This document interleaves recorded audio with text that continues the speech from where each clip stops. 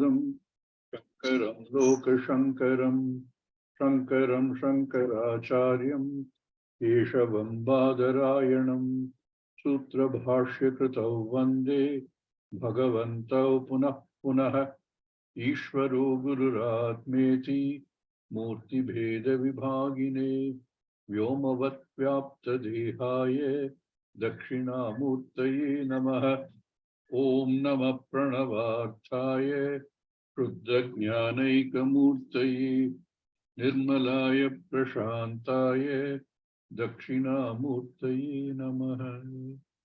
Om Sahana Vavatu Sahanau Bhunaktu Sahaviryam Karavavahai Tejasvinavaditamastu ma vidvishavahai. Om Shanti Shanti Shanti. Om Bhadram Karne Vishnunyama Devaha Bhadram Pashye Makshabhiryatraha Sthirairangai Shushtuvagonsastanubihi Vyashema Devahitan Yadayuhu Swastina Indro Vruddhashravaha Swastina Pusha Vishwavedaha Swastina Stakshyo Arishtanemihi Swastino Brahaspatir Dadatu. Om Shanti Shanti Shanti.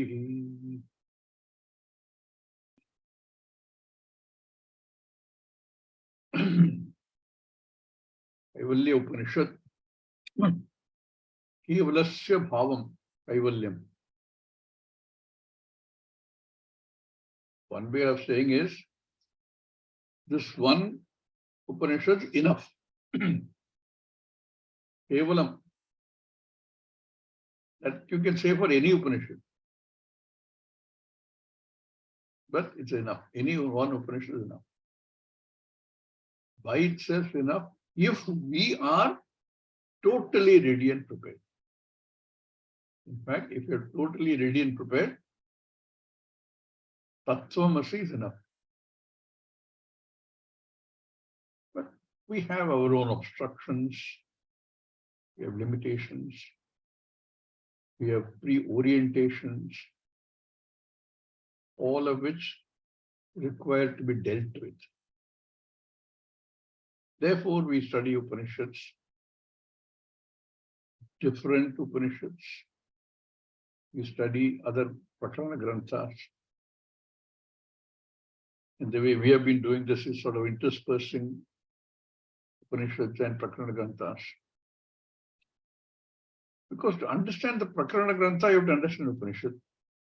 To understand the Upanishad, Prakarana Grantha is extremely useful. It's Anyonyashaya. You need this for that, you need that for this. Within one Upanishad also, you need to study every mantra for it to make some sense. And unless you know the whole thing, each mantra by itself doesn't make sense. Process is a repetitive process of Shravanam. This Upanishad coming from Atharva Veda. This Chandogya and Prashnopanishad. In fact, here the student is Arshavidyalaya, very erudite scholar. And his teacher is Brahmaji himself. In another Upanishad of the same Veda, Atharva Veda, Arshavidyalaya's son is a student. Many times you will find the son, he learns from the father, but in this case, no. He learns from Pippalada.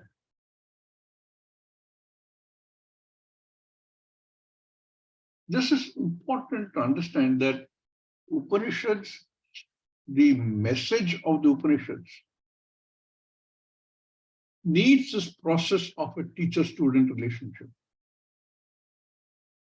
For almost all Upanishads, you will find a student going and asking a teacher. It is never the other way around. Never does it start by saying the teacher told this The student asks a question typically, including Arjuna himself. Then, depending upon the question, depending upon the nature of the students, the Guru will take a certain angle to try and explain the Mahavakya. That is all there is. Mahavakya is all there is. So here also, Brahmaji, when Arshavidyalaya goes to Brahmaji and says, tell me, teach me Brahma Vidya. That's the first verse we saw.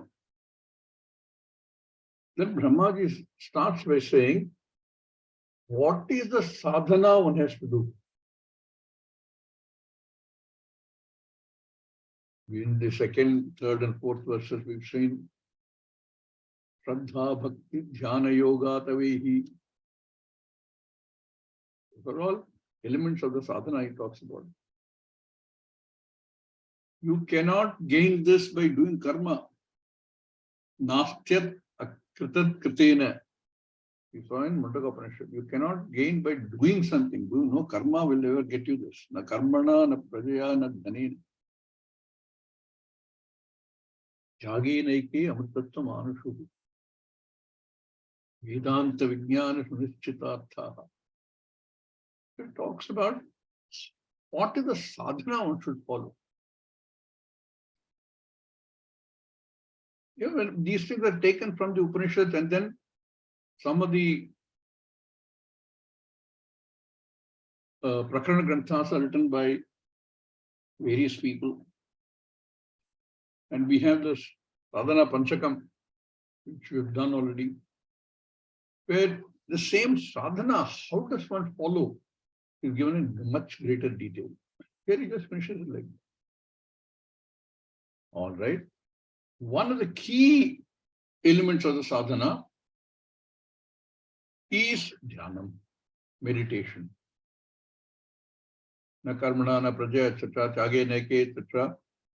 All right, then what do I do? Sit down in meditation. Contemplative thinking, vichara. So, in this Upanishad, some verses, several verses, 3-4 verses are spent in Viviktadeshe, Sukhasanastha. This is how you perform. Bhagavad Gita also does that in 6th chapter for us. And you can do this upasana in the form of meditation. What do you meditate upon?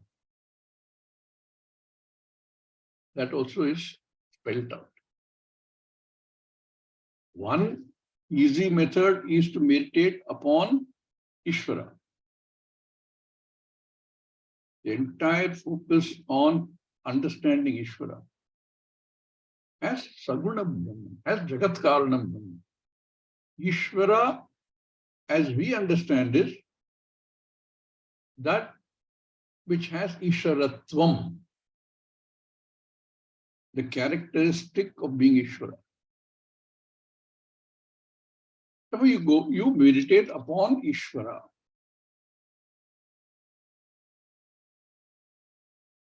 In fact, the meditator, as you progress in this, understands that anything I meditate upon is Ishvara.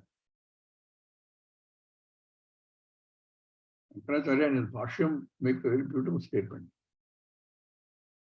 When Arjuna says, the mind doesn't stay, you want the mind to stay on Ishvara. But when you understand that any meditation on anything is on Ishvara, because everything is Ishvara. Because everything is Ishvara and all gunas, all vibhutis are Ishvaras. Therefore, anything you meditate upon is Ishvara. With that understanding, the mind cannot go anywhere but stay on Ishvara. So one way of doing this is called Saguna Brahma Manasa Vyapara. Vyapara, it is transaction. I am the meditator, I am meditating upon something. And then that elevates one to a position where one can then look at saying, okay, Ishvara, but then Shastra says, I am Ishvara. That means the meditator and what you meditate upon are both the same. Meditator is the meditated. And that meditated cannot have any guna. That what you meditate upon cannot have any guna, and therefore the meditator also cannot have any guna. It's a complex thinking. I, as the meditator, have to unclothe myself of all the gunas and see myself as the meditated, which is the same. No guna, no characteristics. Nirguna Brahma. It covers a few verses. Tit Pundarikam Virajam Vishuddham. That which is all that I am. Viradam, Vishuddham, all of them. That which is then Ishvara we already looked at. Uma Sahayam, Parameshwaram, Prabhum, etc. Tab Brahma Sa Vishnu, Tab Sa Shiva, Sendraha. So both Saguna Brahman and Nirguna Brahman is talked about. But really the way meditation goes is you start with only Saguna Brahman. It is easier. And translate your meditated as Ishvara, everything is Ishvara. And from I use the word, graduate to meditating upon the self.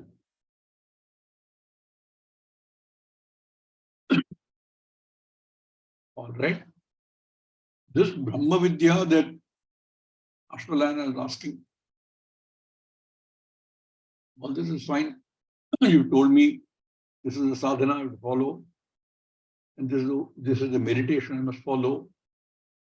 What will happen? How will I ever gain Brahma Vidya? He goes on to say there is only knowledge. There's nothing to gain. It is already there. You only have to uncover that knowledge. No new knowledge is ever gained. Everything is already there in the Jagat. That knowledge simply has to be uncovered by removing layers of ignorance. It says in verse 9, Sayeva sarvam yadbhutam yascha bhavyam. There is no time. All time is only that Brahman. Then what? Is Sanatanam. If you understand this, that is all the knowledge. Jnatva tam mrityumatyeti. Not only that, that jnatva, that knowledge is all that is there. Nanya pantha vimuktaye. There is no other way of doing. He repeats this in the next verse also. Sampashyanna Brahma Paramam. You understand Brahman. How? Sarva bhutastam atmanam, sarva bhutani atmani. When one understands that, then sampashyan. The Pratyagatma I understand.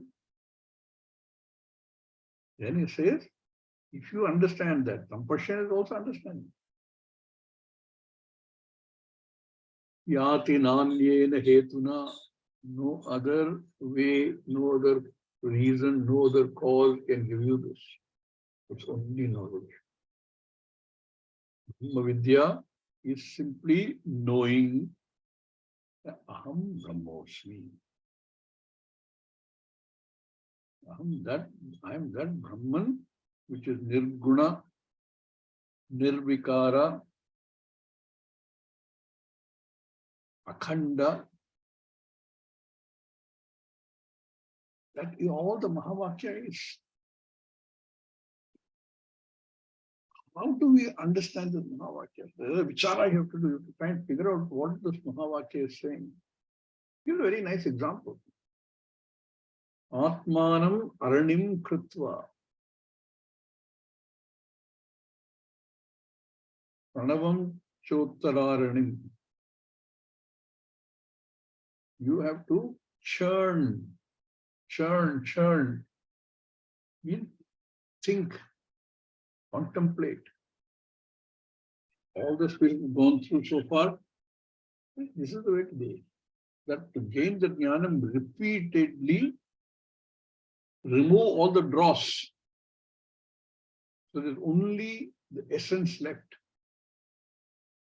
By repeatedly doing the process of churning in the mind over and over and over and over again. That's why the process we are following is second best. Ideally, the mind should be engaged 24 hours a day in only this contemplation.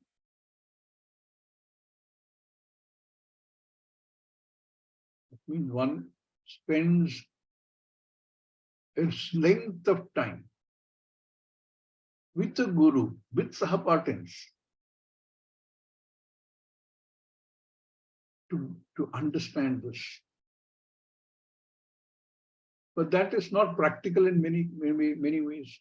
How can I take off 4, 5, 6 years and go and sit in a Gurukulam with a guru and try and learn? So the second best is, wherever you are, contemplate upon Ishvara in everything you do.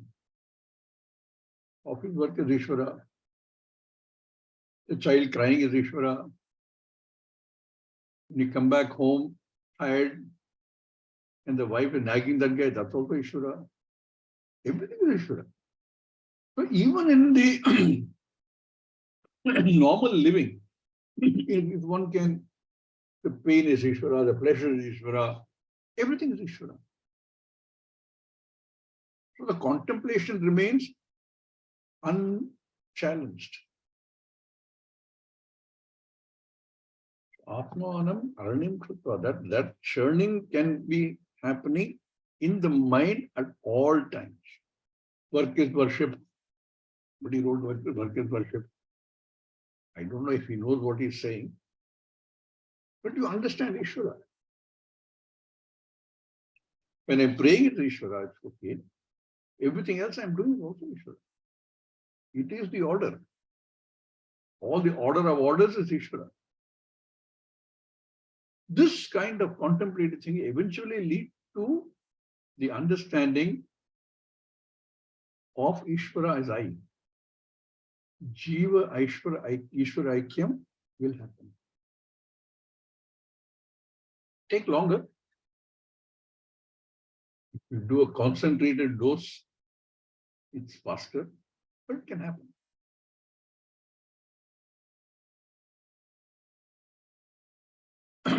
And in every teaching, some form of methodology is used. All this is all methodology. And some of these Upanishads use ātmatattva as a method. It's pure contemplative thinking. I'm awake, I'm interacting with the world. Then you question, who is awake? Who is interacting with the world? Who is feeling the pleasure and pain? Priyanna panadi vichitra bhogaihi. Who is this? The waker. Keep thinking like this, you go to sleep. That's what happened. They say, who is sleeping? In sleep, I know nothing. But when I get up, I know something. I slept well. Who slept well?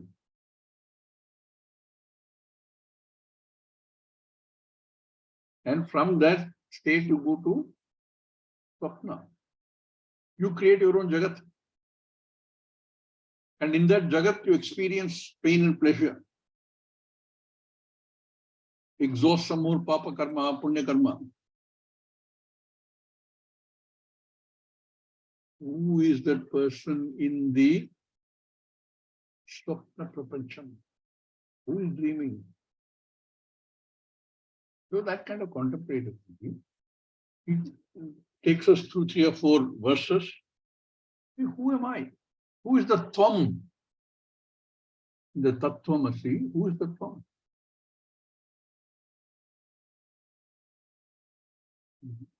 Wake up, you do everything, you interact with the world.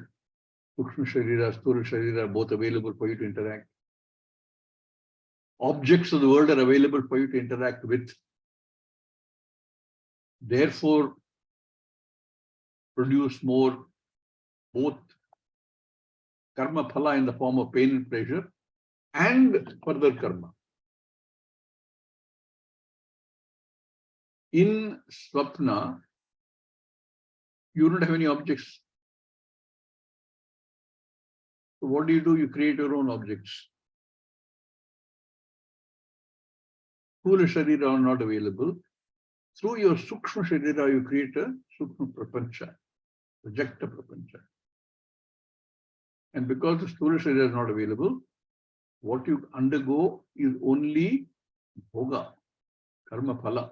There is no karma. And then you go to sleep. No Sukshma Sharira, no Sthula Sharira. And then you wake up. Punascha Janmantara Karma Yoga. All over again. Round and round and round and round. What is it that's common between all this? The waker is not the sleeper. The sleeper is not the dreamer. They are mutually exclusive. So what is it that's common? Then you do a bhaga separation. What is it that is changing all the time in these states? And what is that one thing which remains unchanging in all these states? One contemplates.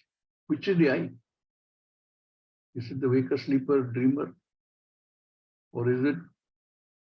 So that Tvam-pada analysis happens there.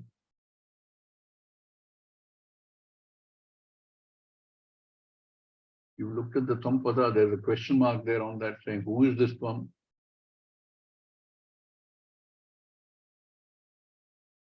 In the next verse, it completely clears everything. Etasmat jayate pranaha manas sarvendriyani cha. Ends up by saying, tat tvameva tatu. Tatpada vichara. Who I have been contemplating upon the Tvam-pada. The Tvam and the Tat are non-separate, with no ambiguity. Tat Tvameva. Swameva tattva. When we study any object in the world,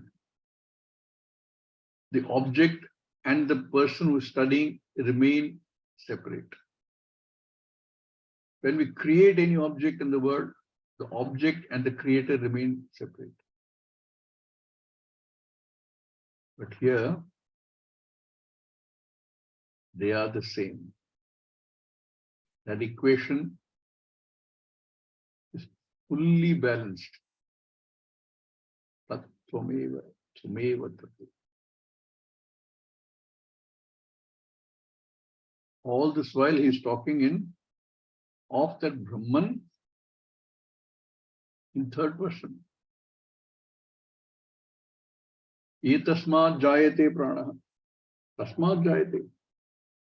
From that, still in third person. In terms of Prathama Purusha.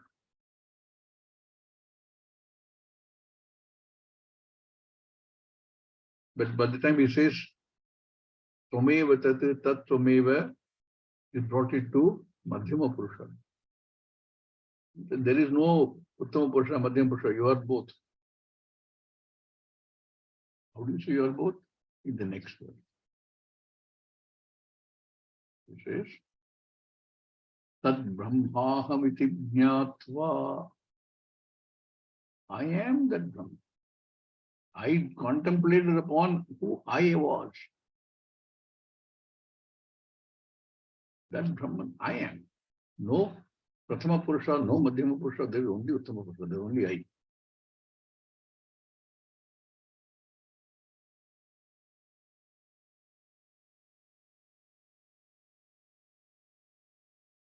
And he also says, when you understand that, what is the phala?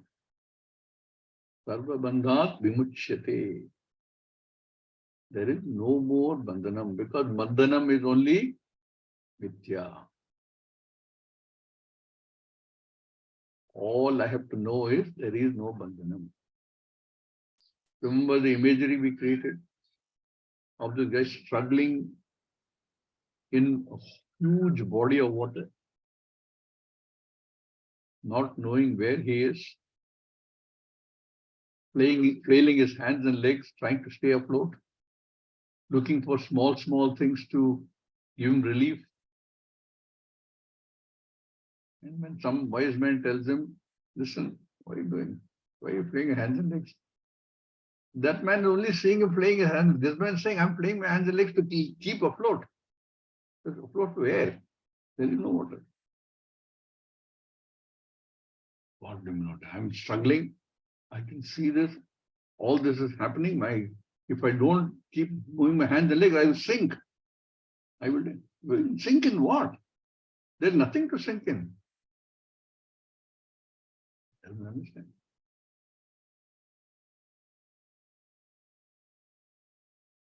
Eventually, one understands. Nothing. What have we been doing all this time? There is no water. There is no samsara. There is no sagara. I am just fooling myself. I've been deluded. Mohitatma. Imagining water where there is no water.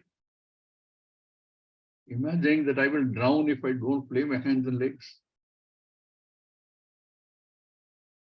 All the time thinking like, because I say everybody else is doing the same thing. Everybody else is also in the water, is also playing hands and legs. Also desperately seeking small relief.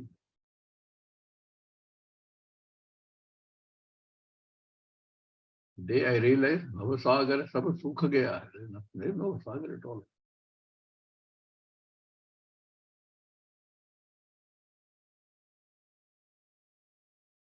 And the real realization comes. Chinmat soham.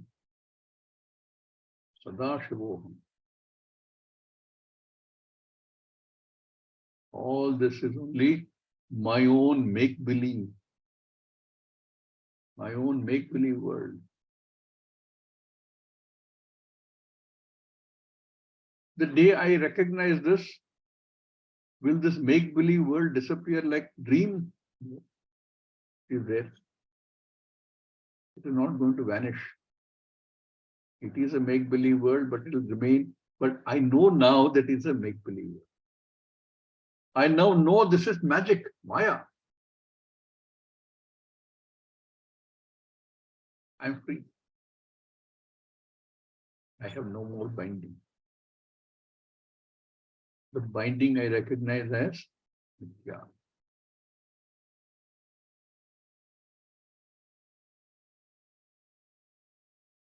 Then who am I? I'm timeless, not ever born, therefore no dying.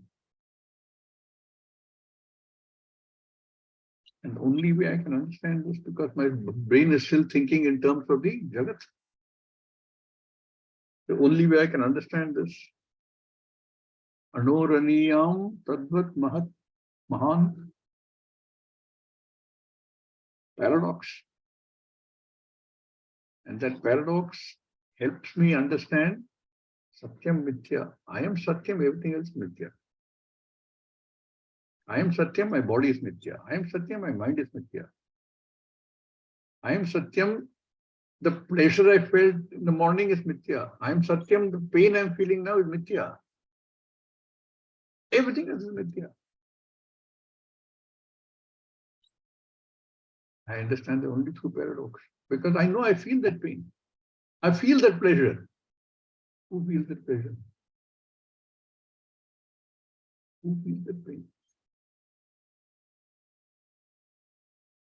The pain is felt by the Sharira in Taddita with the Atma, which is for all reflected Atma. Chidabhasa. Without the Chidabhasa, the Sharira can't feel anything. It's a Jada Sharira. That Chidabhasa, because it is Taddita, it is non-separable from body, mind, sense complex. Only can be separated by thinking, by knowledge. Therefore, Chidabhasa. Aham Chinmatra, Kevalam Chinmatroham. Sada Shivoham.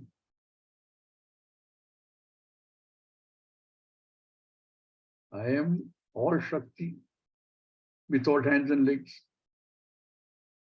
I know everything without a thinking capacity. I don't need a thinking capacity. Apani Pado, Achintya Shakti.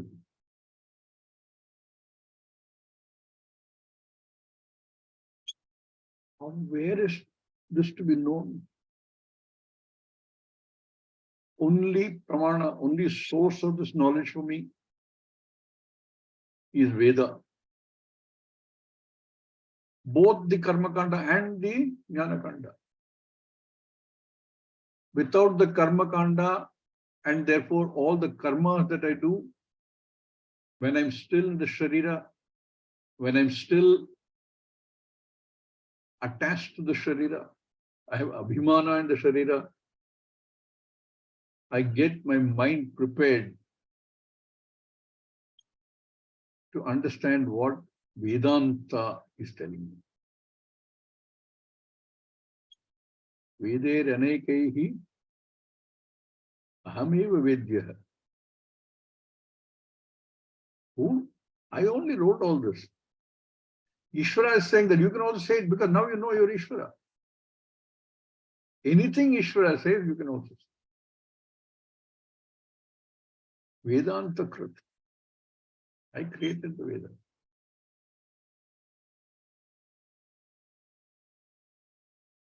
I am not the Panchabhutas. The earth doesn't exist for me. There's no water. All that is only Dhyaropa. I have already come to the Apabhada.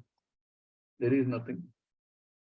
There is no Guru, there is no Shishya, there is no water, there is no Prithvi, there is no fire, there is no nothing.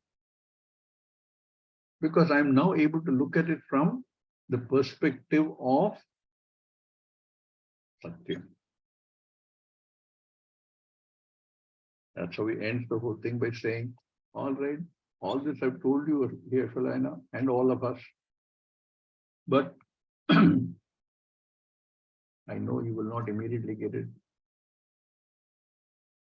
It requires removal of all the obstructions that are there, which we have built over many, many, many lives.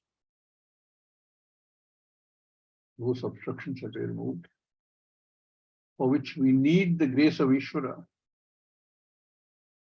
because I still don't recognize myself as Ishvara. These obstructions don't allow me to recognize them. Therefore, search for the grace of Ishvara. I think that's a very nice statement. To gain the grace of Ishvara, also you need Ishvara, the grace, Ishvara's grace. To gain Ishvara's grace, you need Ishvara's grace. To pray. And one of the prayers that's recommended here is Gurudhara. Everything is Ishvara. And by the time you go to Samakam, everything is I. Chame, chame, chame, chame, chame. Repeatedly try and understand this. Ask help from Ishvara to understand this. And that thus finishes a beautiful small Upanishad with only 24 mantras.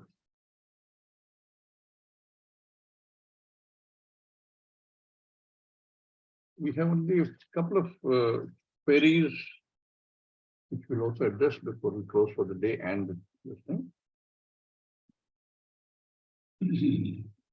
Every sankalpa of Ishvara is Satya Sankalpa. It is converted into reality. This entire Jagat is Sankalpa of Ishvara. This I interpret as the Prakriti or natural evolution process that results in innumerable species, beings, and all inert objects. All that makes up the Jagat. All that makes up the Jagat is only avidya. But we have to understand how to do that. So kamayata. So kamayata. Bahun praja ye yeti. May I become many?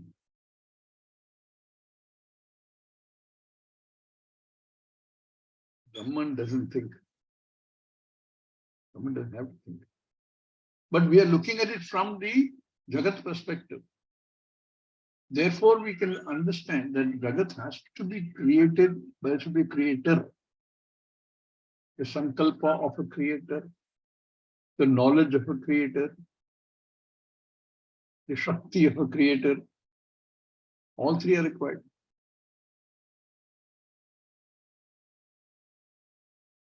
So it's a good beginning to understand. This Jagat is nothing but Ishvara Sankalpa.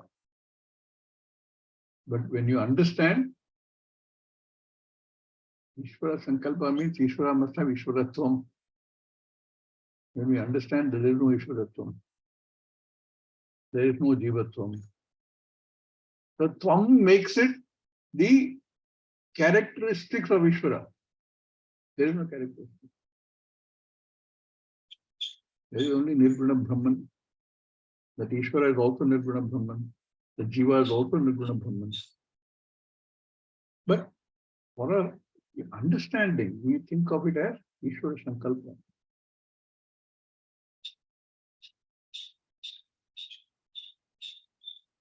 So to that extent, the statement is correct. Whatever is here is that's what we call Prakriti. Here.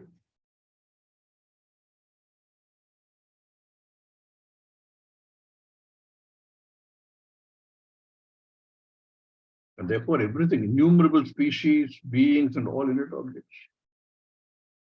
That's why we say, when we talk to people who are not into this yet, we accept that Jagat is created. But in this group, we will say Jagat is as though created. But the truth we know. There is no creation. There is no Jagat. There is no individual Jiva. There is no individual Sharira. Sarva bhutasthamaatmanam sarva bhutani tatmam. In this group, we can look at it for our initial understanding like that, but we then raise ourselves to looking at it from a different viewpoint. That's when Satyam Mithya understanding becomes so important. The whole Jagat is Mithya. Like the magician's magic, once you understand there is no magic. Maya is like that. Maya is a fantastic entity. It exists and doesn't exist. Therefore, from there, everything exists and doesn't exist. Whole Jagat exists and doesn't exist. Sat asadbhyam anirvachaniyam.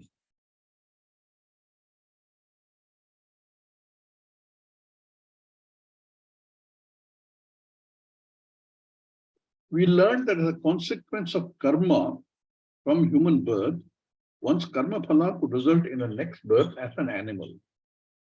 So, can we say that an animal could take birth in one of two possible ways?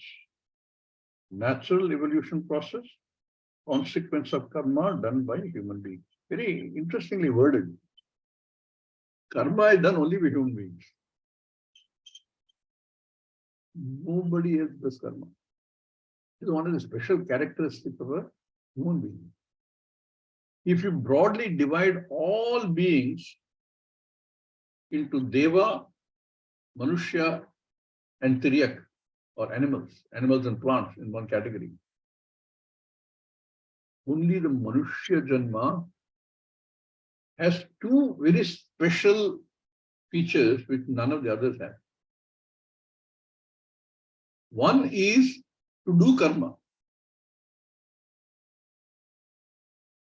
The same act done by an animal and the same act done by a human are different.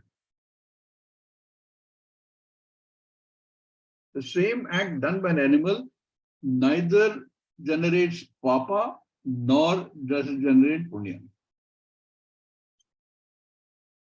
So technically there is not karma.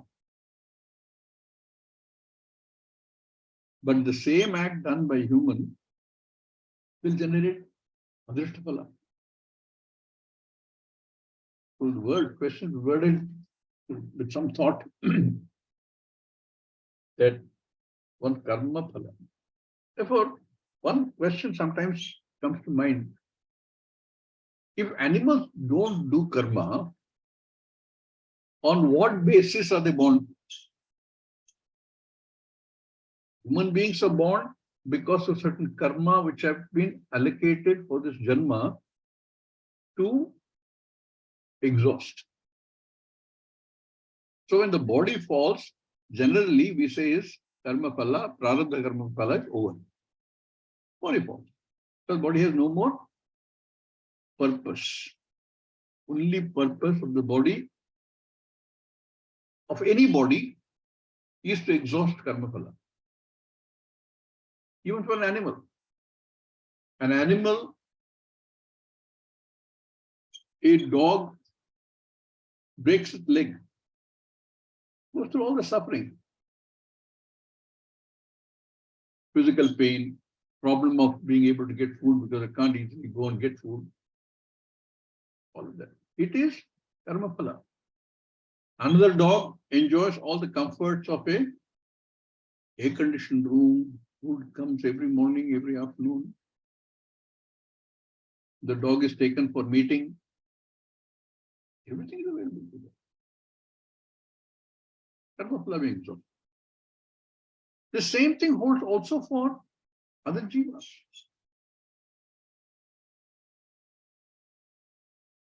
Where does this prarabdha karma come from? It comes from a whole bank of sanchita karma. If this sanchita karma, from the sanchita karma, certain portions allocated for a jiva, and if predominantly punya karma, the jiva may be born in another loka as a deva.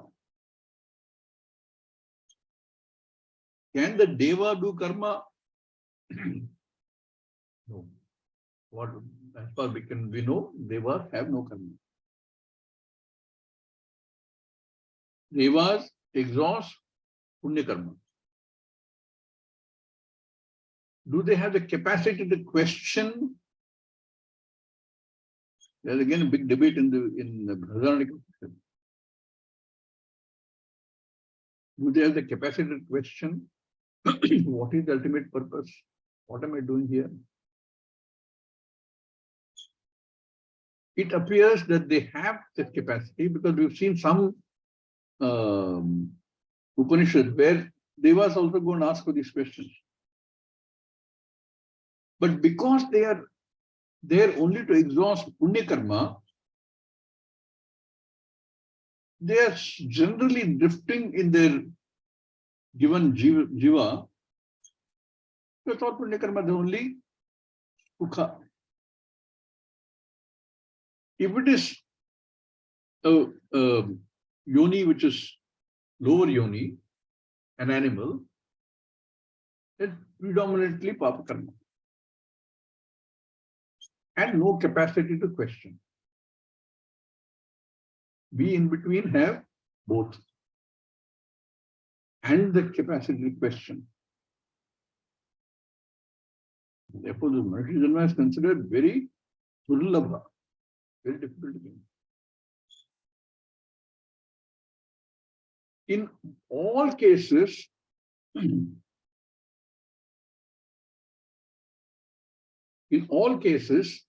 the prarabdha for this janma is, it comes from the stored sanchita karma of that particular jiva. And remember, animals, jiva also has gone through many lives. Therefore, has a store of sanchita there also. So whether you take a Manushya Janma or a Deva Janma or a Prani Janma is dependent upon what is allocated to you. But if you reread that question, there is no, you can't say there's a natural evolution process. A jiva takes a form to exhaust its karma. That's all it does. And that has to come from its own sanchita.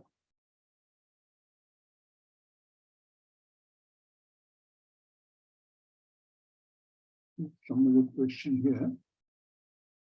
The person in the waking state cannot experience everything in this life, in this lifetime.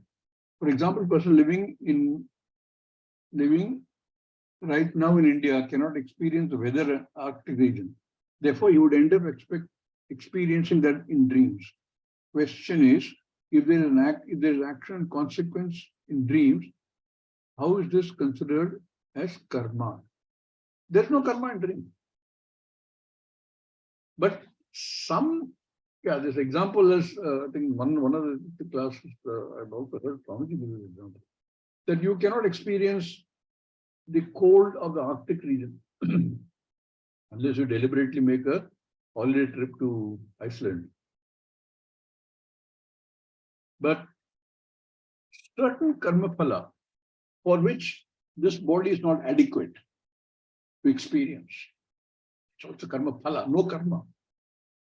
You create that, because here in waking state, Ishvara creates this whole objects of karma, which your senses interact with and action takes place, the phala takes place. But certain karma phala, which has to be exhausted, this sharira, in the time and space that it is existing, does not have the capacity to undergo them. Those can be created in the dream. Whatever. It need not necessarily be Iceland, it could be anything. I could be in the dream experiencing great joy. May never get it in a waking state. Because there is part of my prarabdha karma which I cannot exhaust in this sharira in waking state. I create a new prapancham. A couple which has been childless and therefore has this great sorrow in their lives that they don't have a child, could easily dream that they have some wonderful children. So in that dream prapancham, they experience the joy of parenthood, not available to them in this waking state. The opposite can also happen. An extremely healthy person would dream that he's fallen ill with some wasting sickness and all the pain that it entails. Because in this waking state, certain types of karma phala he is not able to exhaust. It exhausts in the swapna prapancha.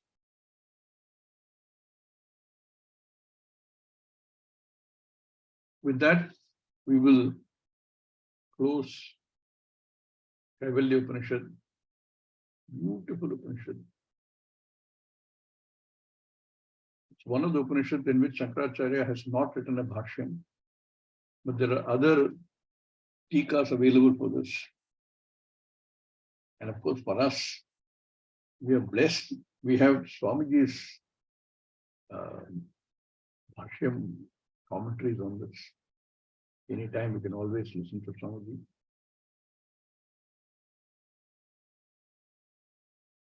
We will see what next to take up. But we'll plan that after I come back in the second half of June. We will announce what we will take up and when we will start. Om Purnamada Purnamidam Purnat Purnamudachyate Purnasya Purnamadaya Purnameva Vashishyate. Om Shanti Shanti Shanti.